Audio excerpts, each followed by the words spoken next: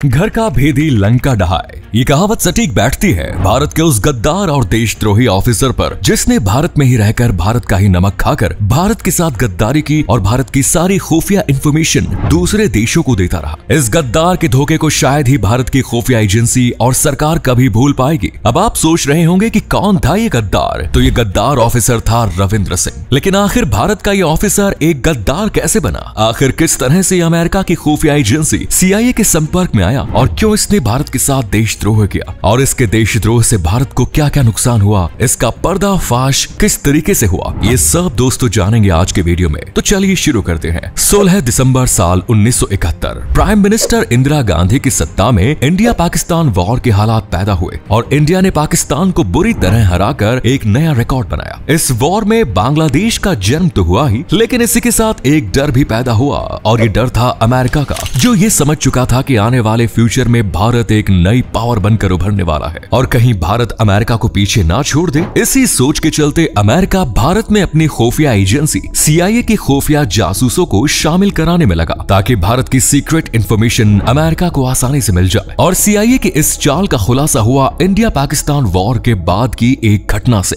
दरअसल भारत और पाकिस्तान की लड़ाई से एक हफ्ते पहले जब इंदिरा गांधी के ऑफिस में उनके कैबिनेट मंत्रियों की एक सीक्रेट बैठक बुलाई गई और पाकिस्तान के खिलाफ जो रणनीतियां बनाई गई वो सभी उस मीटिंग के 12 घंटे बाद ही अमेरिका के प्रेसिडेंट तक पहुंच चुकी थी। अब तक भारत की खुफिया एजेंसी रॉ को इस बात की खबर मिल चुकी थी कि इंदिरा गांधी के कैबिनेट मंत्रियों में से कोई एक मंत्री ऐसा है जो गद्दार है और अमेरिका की CIA एजेंसी का मेंबर है, लेकिन इसके बारे में अब तक कुछ भी पता नहीं चल पा रहा था। वर्ष 1988 इस साल अटल बिहारी वाजपेयी और डॉक्टर APJ अब्दुल कलाम के नेतृत्व में भारत ने पोखरण में अपना पहला न्यूक्लियर टेस्ट किया। लेकिन हैरानी की बात ये थी कि भारत को ये न्यूक्लियर टेस्ट अमेरिका और बाकी देशों से छुपा कर करना था, क्योंकि अगर इन देशों को इसके बारे में कानो कान खबर भी हो जाती तो शायद ये टेस्ट कभी हो ही नहीं पाता। अमेरिका से छुपकर किया गया भारत का फर्स्ट न्यूक्लियर टेस्ट सफल हुआ, लेकिन इस न्यूक्लियर टेस्ट के बारे में केवल अटल बिहारी वाजपेयी और APJ अब्दुल कलाम के कुछ खास लोगों को ही पता था। तो भारत में मौजूद अमेरिका के CIA एजेंट में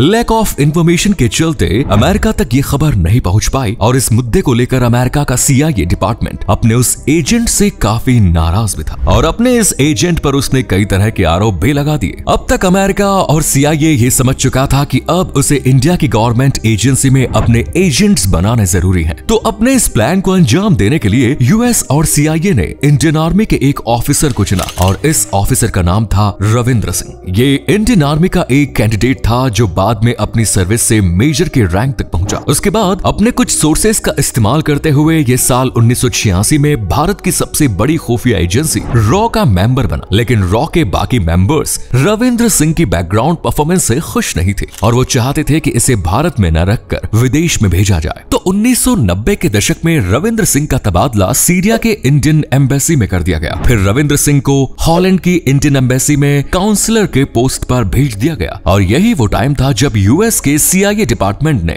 रविंद्र सिंह को टारगेट किया। रविंद्र सिंह को अपनी एजेंसी में शामिल करने के लिए US ने एक हनी ट्रैप बनाया जिसमें पहले से उसके तौर तरीके, उसके लाइफस्टाइल को ऑब्जर्व किया गया। उसके बाद CIA की एक फीमेल एजेंट के जरिए रविंद्र सिंह को अपने जाल में फंसाया गया और उसे ब्लैकमेल करके CIA के लिए काम करने पर मजबूर किया गया और तभी से रविंद्र सिंह भारत का गद्दार और CIA खुफिया एजेंसी का एक एजेंट बन गया। साल 2000 के आते आते रविंद्र सिंह की पोस्टिंग साउथ ईस्ट एशिया के जॉइंट सेक्रेटरी के पद पर भारत में हुई, लेकिन ये अभी भी CIA के लिए काम कर रहा था। CIA के कुछ एजेंट्स ने रविंद्र सिंह को ट्रेन किया ताकि वो भारत की सारी खुफिया जानकारी US तक भेज सके, जिससे रविंद्र सिंह ने अपने पर्सनल लैपटॉप और वेबकैम के जरिए इंडिया की सारी इंफॉर्मेशन US भेजना जारी रखा। लेकिन इस ऑफिसर की एक खास बात थी और ये खास बात थी कि लोगों को अक्सर पार्टीज देना। ये अपने जूनियर ऑफिसर्स को महंगे महंगे होटल, अपने घर पर और बड़े बड़े रेस्टोरेंट्स में लगातार पार्टीज देता था। वहाँ पर महंगा महंगा खाना खिलाकर महंगी महंगी शराब पिलाया करता था और नशे में धुत उन ऑफिसर्स से भारत के आने वाले मिशन की खुफिया जानकारी हासिल करता था। ये सिलसिला सालों साल चलता रहा, जो कि रॉ के नियमों के खिलाफ था। फिर एक दिन एक जूनियर ऑफिसर ने रविंद्र की शिकायत अपने हेड से की और कहा कि वो उससे ऐसे केसेस के बारे में पूछने की कोशिश कर रहा था जिससे उसका कोई लेना देना ही नहीं था। और इस तरह से रॉ का शक रविंद्र पर बढ़ने लगा और रॉ के ही एक department counter intelligence and security division को उस पर निगरानी रखने का काम दिया गया। रविंद्र पर नजर रखते हुए CIS ने ऑब्जर्व किया कि ये लगातार हर 2 महीने बाद अमेरिका और नेपाल का एक चक्कर जरूर लगाता था। फिर वर्ष 2004 में रॉ के डिपार्टमेंट में एक नया रूल बना। रॉ के स्टाफ की छुट्टी के टाइम सभी ऑफिसर्स की चेकिंग होने लगी, लेकिन जिस दिन ये चेकिंग शुरू हुई थी रविंद्र के ड्राइवर से उसे इस बात की भनक लग चुकी थी और चेकिंग के टाइम उसके बैग से कुछ भी नहीं मिला। इस इंसिडेंट के 1 वीक बाद रॉ के चीफ CD सहाय ने एक इमरजेंसी कैबिनेट की मीटिंग बुलाई और ये क्लियर किया कि इस चेकिंग का रीजन केवल रॉ की गाइडलाइन फॉलो करना था। लेकिन इस बात से नाराज होकर रविंद्र बड़बड़ाता हुआ ऑफिस से बाहर निकल गया। साल 2004 के शुरुआती महीनों में ही रविंद्र की इस हरकत ने रॉ के अधिकारियों का शक उसके ऊपर और गहरा कर दिया और रॉ ने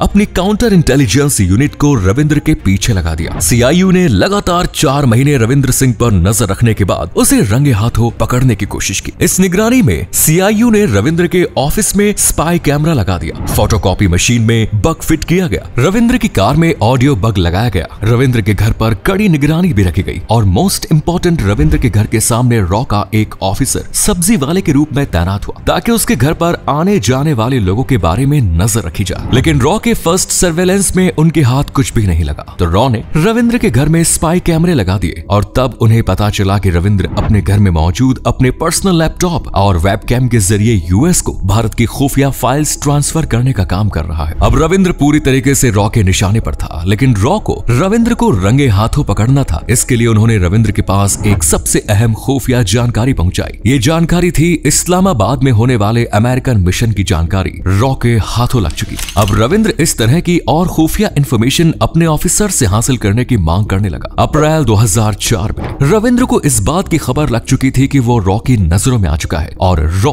उस पर नजर रख रहा है। इसी समय उसने अमेरिका में अपनी बेटी की सगाई में जाने के लिए छुट्टी की अर्जी लगाई, लेकिन इस बार उसकी छुट्टी की अर्जी कैंसिल कर दी गई। मई 2004 को दिल्ली के डिफेंस इलाके में बंगला नंबर C480 के सामने खड़े सब्जी वाले ने इस घर के सिक्योरिटी गार्ड से उसके मालिक के बारे में पूछताछ की। ये सब्जी वाला रॉ एजेंसी का अधिकारी था और ये बंगला नंबर 480 रविंद्र सिंह का ही था। जैसे ही रॉ के अधिकारी को ये पता चला कि बंगले का मालिक रातों रात कहीं चला गया है, तो आसपास मौजूद रॉ के अधिकारी बंगले का ताला तोड़कर उसके अंदर घुस गए। बंगले के अंदर जाने के बाद अधिकारियों को वो लैपटॉप मिला जिसकी मदद से रविंद्र खुफिया जानकारी उसको बेचता था। लेकिन अब रॉ अधिकारियों के सामने बड़ी चुनौती थी कि आखिर रविंद्र गया कहां। छानबीन में पता चला कि 1 से 4 मई के बीच छुट्टी के समय में ही वो अपनी पत्नी समेत नेपाल भाग गया है और उसके भागने में मदद करने वाला कोई और नहीं बल्कि नेपाल में बैठा हुआ CIA US एम्बेसी का एजेंट डेविड बसाला था। वो रोडवेज के जरिए नेपाल बॉर्डर पहुंचा और फिर वहां से उसे निकालकर नेपालगंज लाया गया और काठमांडू में ले जाकर उसका फर्जी पासपोर्ट बनाया गया। अब रविंद्र सिंह राजपाल शर्मा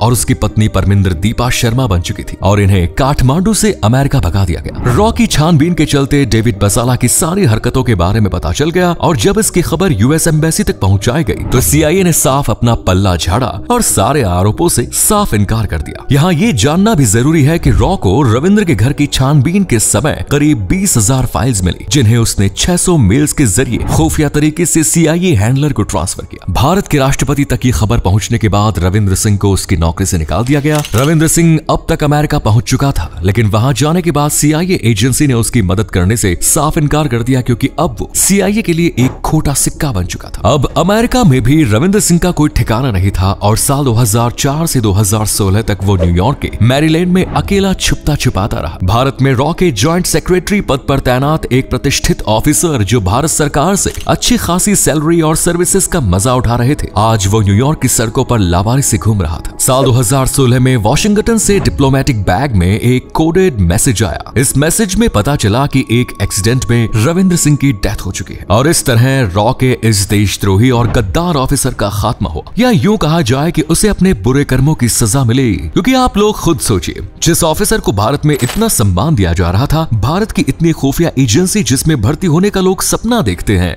जिस एजेंसी के हेडक्वार्टर से लेकर उसके एजेंट तक की जानकारी खुद भारत सरकार के कई नेताओं और मंत्रियों तक को नहीं होती, इस एजेंसी में इतने ऊंचे पद पर बैठकर भी उस इंसान ने भारत के साथ गद्दारी की और बदले में US की CIA ने भी उसका साथ छोड़ दिया। तो ये कहानी थी भारत की रॉ एजेंसी एजेंसी के उस देशद्रोही और गद्दार ऑफिसर की जिसने भारत में रहकर भारत का ही नमक खाकर भारत के साथ गद्दारी की और CIA का एजेंट बनकर भारत को अंदर से खोखला कर दिया। तो आप रविंद्र सिंह को क्या देश का सबसे बड़ा गद्दार मानते हैं? अपना जवाब आप कमेंट बॉक्स में जरूर दें और चैनल को सब्सक्राइब जरूर करें। धन्यवाद।